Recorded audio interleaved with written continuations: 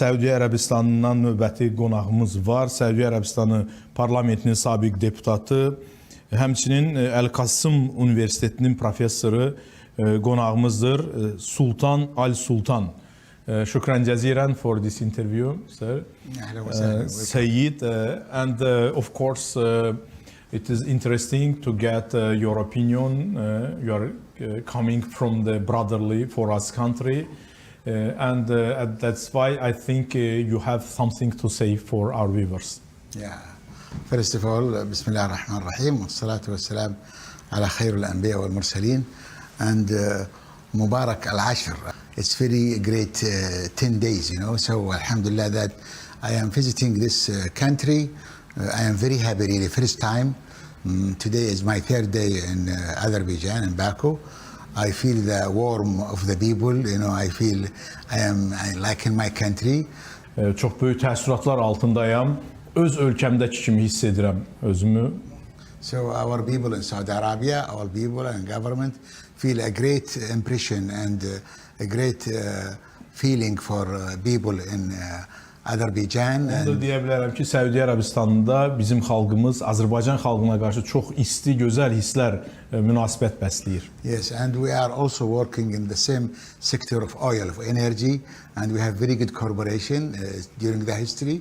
And we feel Azerbaijan and Saudi Arabia is a brotherhood, and we are in one country. So I feel very, really, I don't feel, I feel I am in my country, really. So thank you for that. Ərəbistanı da, Azərbaycan da təbii ki, yəni enerji ölkələridir, neft, qaz və bundan başqa da bizim qardaşlıq münasibətlərimiz var. Yes. Və ona görə də hesab edirəm ki, yəni bizim üçün bu ölkə bir yad ölkə deyil. Ona görə də özümü evimdə olduğum kimi hiss edirəm, deyir qonağımız.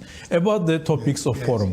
The topics of forum is very important because housing internationally and international organization like International Bank and United Nations and other organizations should work together in one networks and a good cooperation and integration partnership to affordable housing and also burada mövzulara gəlincə isə bu çox əhəmiyyətlidir. Çünki beynəlxalq ictimaiyyət təşkilatlar, ölkələr bir araya gəlib bu yəni ev məsələsini, yaşantı yerləri məsələsini, əlçatanlıq məsələsini, affordable əlçatanlıq məsələsini birlikdə həll etməlidirlər. Yes, so if you go, for example, in terms of Islamic aspect or Islamic economy, also we call it in Arabic التكافل الاجتماعي. So we like to live not much rich and the poor, you know, so we should live people together and balance, you know. So there is an opportunity and there is a lot of fund and there is a lot of engineer that can design a lot of good housing. So we should also work on that. That's why the meeting, you know, Azerbaijan government, you know, hosting this event, you know, every 2 years, you know, to try to find solution, you know, for the world, you know, for our planet, you know, problem. Bildirir ki, bizim yanaşmamız necədir? Yəni nə çox varlı, nə də çox kasıb. Yəni bu ev yerləşmə məsələsində yanaşmamız odur ki, ortaq bir, balanslı bir şəkildə bu məsələlər çözülsün insanlıq üçün. Azərbaycan hökumətinin təşkil etdiyi təşkilatçılarından biri olduğu, yəni BMT Habitatla birlikdə bu tədbir də bu mənada çox əhəmiyyətlidir. Yəni dünya üçün də böyük əhəmiyyətə malikdir ki, belə bir yol çıxış yolu tapılsın. Yes, I just attend now coming from one session about how is the partnership between government and International Monetary Fund and also World Bank and United Nations and Asian National Bank.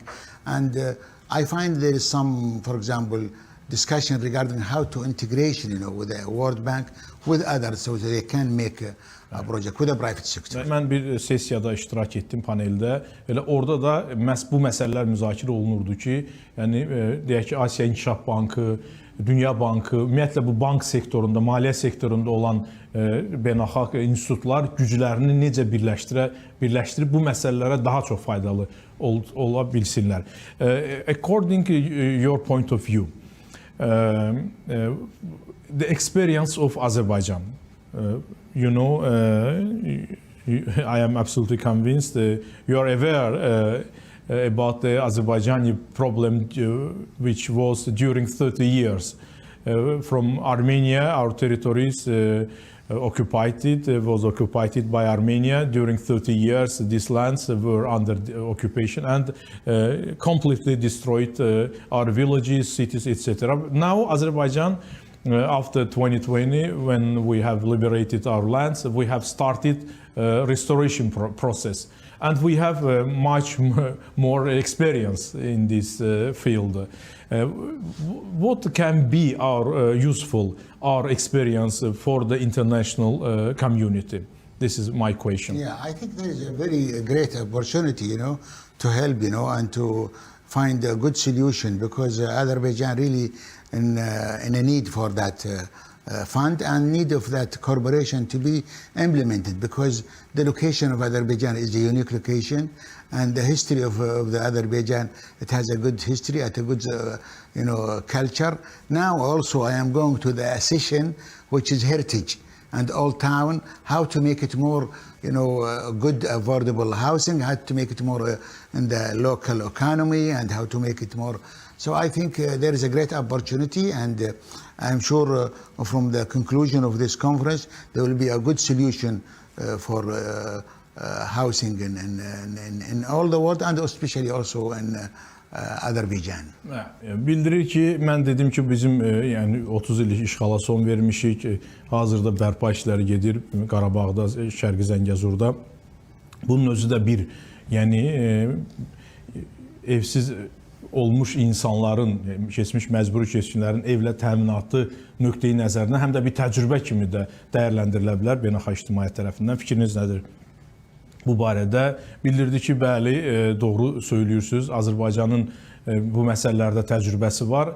Eyni zamanda ehtiyacları necə, yəni ödənilməsi məsələsində insanların, bax burada da bir təcrübə nümunəsi göstərir sizin ölkəniz. Ümumiyyətlə düşünürəm ki, bu forumun sonunda yaxşı nəticələr əldə olunacaq. Həm dünya üçün, həm də Azərbaycan üçün, dedi qonağımız.